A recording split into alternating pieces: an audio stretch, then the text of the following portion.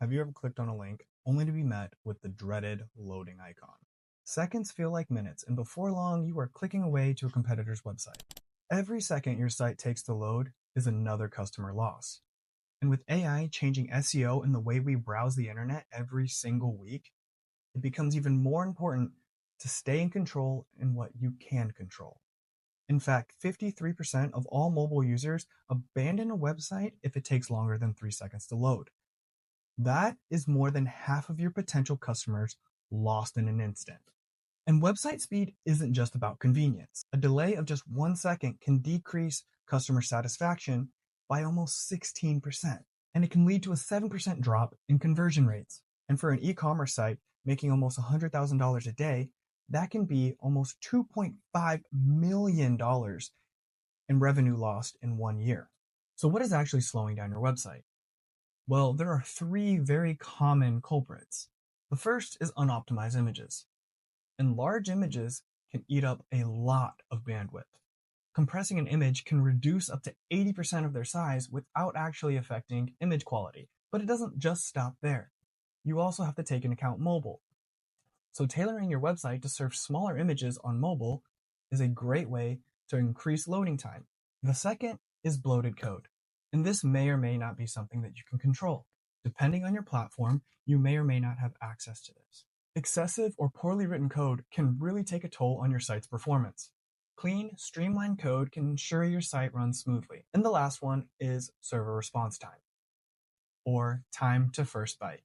This is the time it takes for a user's browser to receive its first byte of data coming from the server. A slow TTFB can make a site feel very sluggish, even if you've optimized everything else. And with that said, how do we go about fixing these things? Improving your site speed doesn't have to be complicated. Here are a few actionable steps. Number 1, optimize your images. Use formats like WebP, which provide superior compression and quality compared to something like JPEG or PNG. Next, you gotta leverage browser caching. Store some of your website's resources locally on a user's device. This can decrease load time by saving a trip to the server. Next, minimize your JavaScript and your CSS. This can remove unnecessary characters and reduce your file size, thus reducing your site speed. And lastly, use a content delivery system, or CDN. This allows you to distribute your content across a network of servers around the world to improve load time globally. Now, these are just 4 common solutions to building up your site speed. But every second counts, so it's worth checking off the boxes. Companies like Amazon have reported that every 100 milliseconds of load time improvement has increased their revenue by almost 1%. Now, you might be thinking 1% isn't very much, but a company like Amazon, that is huge. Whether you're a small business or a large enterprise, improving your website's load time can improve SEO, user experience, and ultimately more conversions. So there is no reason to not check off all the boxes when trying to improve your website speed. Website speed isn't just a technical issue. It's a critical component to your online success. By optimizing your site speed, you're not just keeping up with the competition, but you're getting ahead.